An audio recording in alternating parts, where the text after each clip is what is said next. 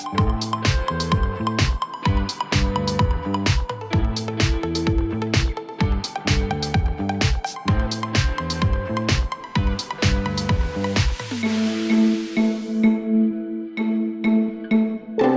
everyone, welcome to my channel. Well, iFlight has made a naked GoPro. They call it the GoCam PM-G3. Alright, it's not a GoPro, it's an Insta360 SMO 4K or an Insta360 4K R camera. That's pretty much what it is, and this is it right here.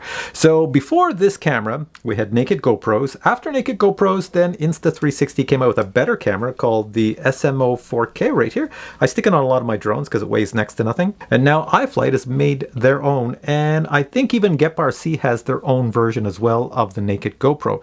But today we're going to take a look at this one by iFlight, and I'm going to tell you all the specs and everything else, but super quick, here we go. Now, if you're in the RC hobby and you fly drones or you fly RC planes, you're going to want one of these because they don't weigh anything. Or if you're moving around a small object and you want to put a camera on it, you're going to want something like this because, once again, there's no weight. And their form factor is pretty well tiny. So check this out. This is the Insta360. That's what it is from the front. And then when we go to the side, there's the skinny side. And there's the rear. And that's pretty much it. Now, if I show you the new one by iFlight, the GoCam, whoa, it looks thicker all around. It almost looks like a GoPro, but it has a trick up its sleeve. Watch this. It has a fake piece right here. So if I do this, I can pull that off and it turns into a skinny cam like the Insta360 sort of right here. And the reason it changes to the skinny format is because of your mount on whatever you're doing. So if you want a little bit less weight or you have a mount that's very skinny like on this drone, you might want to make it skinny so it fits inside. But if the mount is old style and it's made for like a GoPro and you want a fat mount, then you put the back on and then it's fat and it fits inside. So quickly, let's see how much these action cameras weigh. So I'll put down the SMO 4K and we are at 31 grams. So that's all you're adding is 31 grams. And if I take the new one by iFlight, the GoCam, I've taken the back off. Let's see what it comes up to. 37 grams. Yeah, very light. Now on the side of the GoCam, check this camera, you can put a micro SD card. So you pull this little slot down, pull this off, and a micro SD card goes in there, and you can put a 256 gigabyte card. It is recording 4K, so make sure you put a good micro SD card. Now both of these cameras have no external battery, and you must provide an external power source. So usually on the drones I fly, there's a little cable coming off the flight controller, and it provides power to the cameras. And if you're flying planes, the same idea. But say you don't have that little cable and you don't want to really solder that little cable to the battery connectors.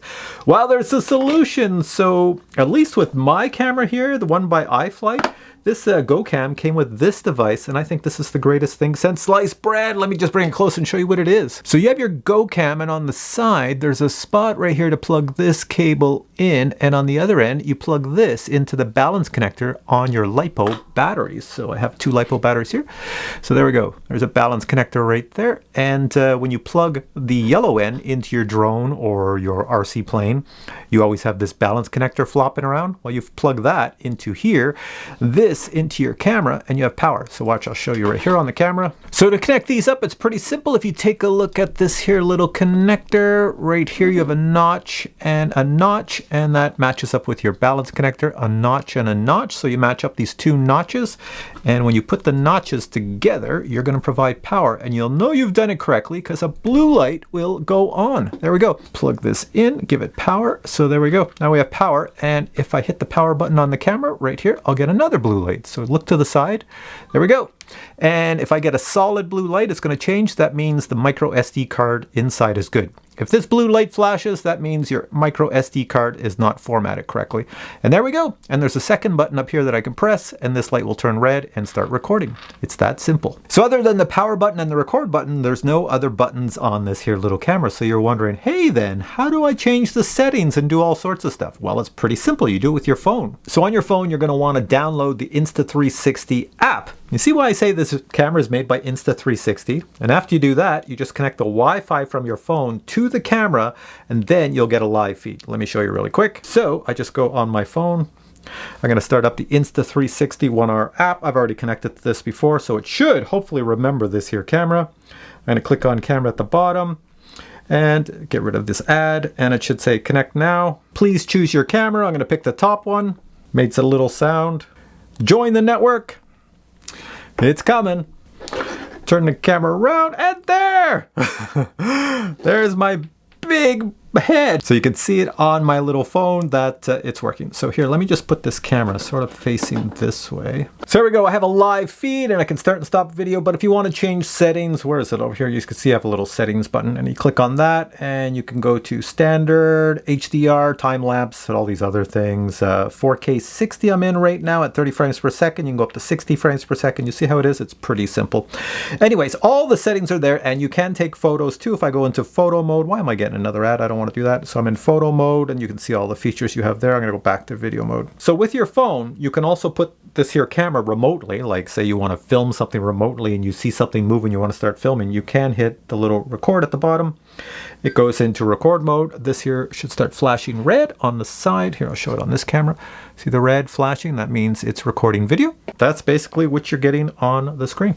Pretty cool, eh? Now, the greatest thing about this app is it has an editing suite in it. So if I go over here to review stuff, it's going to go and load up the image I just recorded, and it's playing it back. I'm going to tap on it, and you can see at the bottom, I can scrub through it, and I can also trim it. I can do ultra wide. I can change things at the bottom, add music, snapshot filters, adjust all these other things. Pretty darn sweet. So quickly, let me show you what came in my box. I'll take it over to this camera. So here's the box. I open it up. You do get that cool little power thing that I showed you. At least that was in my box. Next thing over here, you have 3 ND filters. So on the front of the camera, there is a piece of plastic that's just protect the actual lens so you don't scratch up the lens itself. You twist this, and there we go, pull that straight off, and then you can replace it with an ND filter. So I'm going to pull out an ND32. So here we have an ND32, and you just plop it on and then twist it, locks in place, and there we go, we have an ND32. So you would use the ND8 on days that are like sun cloud. If it's normal sunshine, you'd use an ND16, and of course if it is like snow outside or bright sand, use an ND32. What the ND filter does is it's going to slow down the shutter inside this camera. It does it with all cameras.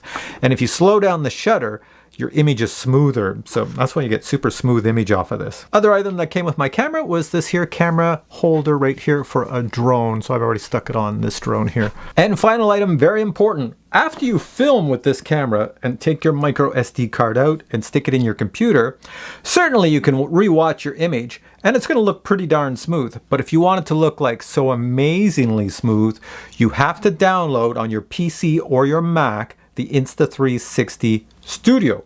When you put the Studio on your Mac, then you just click on the load button, you know, like find the files. So you'll find the files on here, load them into the Studio, and then be amazed at how super smooth and flowy everything is. So like you're watching footage here, that's done in the Studio. That's why it looks so smooth and flowy. Now I did say it was going to be a quick review, and that was a quick review. So I'm going to put links below to where you can find this baby. If there's a discount code, it will be included below. I don't know where this is sold, so I'm going to put websites where I can find it. And yeah, check it out. See if it's the camera for you. If you're in the RC hobby and you fly drones like I do, FPV drones, camera drones, RC cars, boats. No, it's not waterproof for boats. You're going to have to keep it out of the water for that. But RC planes especially, it's perfect for that. So check it out. Maybe it's for you. All right, guys, if you enjoyed this video, please give it a thumbs up, and I'll catch you in a future video with many more reviews. Bye.